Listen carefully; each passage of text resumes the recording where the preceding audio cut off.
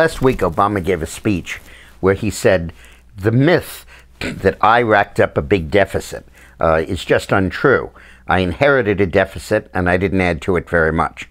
And he's been echoing that theme for the last week. It's almost as if the Democratic Party campaign platform is what we said in our last Sunday cartoon. It's not my fault, but it's scarcely a rallying cry. But it is what the president's saying, and it does need rebuttal. On the surface, he's right. The deficit he inherited was $1.3 trillion, and his first-year deficit was $1.5 trillion. So he was right. He inherited that deficit. But that's phony math, and I need to explain why, so you can explain it to people who raise this argument with you. In the federal budgeting system, it's crazy, but it's true, that a loan and a grant are treated the exact same. If I lend you $5 or if I give you $5, it's still a $5 decrease, a $5 expenditure. So what happened was that when the banks fell apart in September and October of 2008, just as Bush's term was coming to a close, he rushed in with $800 billion of TARP money and gave it to the banks, pushed it out the door as loans to those banks. And that increased his budget deficit from about $500 billion to about $1.3 trillion, which is the stat Obama uses.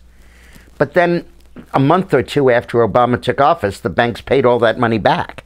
The only ones that didn't were $200 billion that went to AIG or to Fannie Mae or Freddie Mac. All of the private banks paid it back. And when it came in, what should have happened was the deficit should have dropped at that point from $1.4 billion back down to about $700 or $800 billion. 1.4 trillion to 700 or 800 billion. These numbers you get mixed up. But it didn't, because Obama passed his stimulus program. And no sooner did the money come in as a repayment of a loan than went out the door as new spending.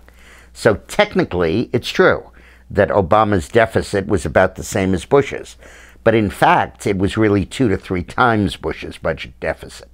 And the fact remains that even counting the math the way the Budget Bureau would in this loan grant situation, Bush, in his 8 years in office, added $4.9 trillion to the federal debt, and Obama, in his 3 years in office, has contributed $5.1 trillion. Now, in fact, as I said, another trillion of that should shift from Bush to Obama. It should be $4 trillion versus $6 trillion. But in any case, Obama's completely off base in saying that this deficit and this debt is not his fault. Absolutely crazy. Oh, thanks a lot for watching.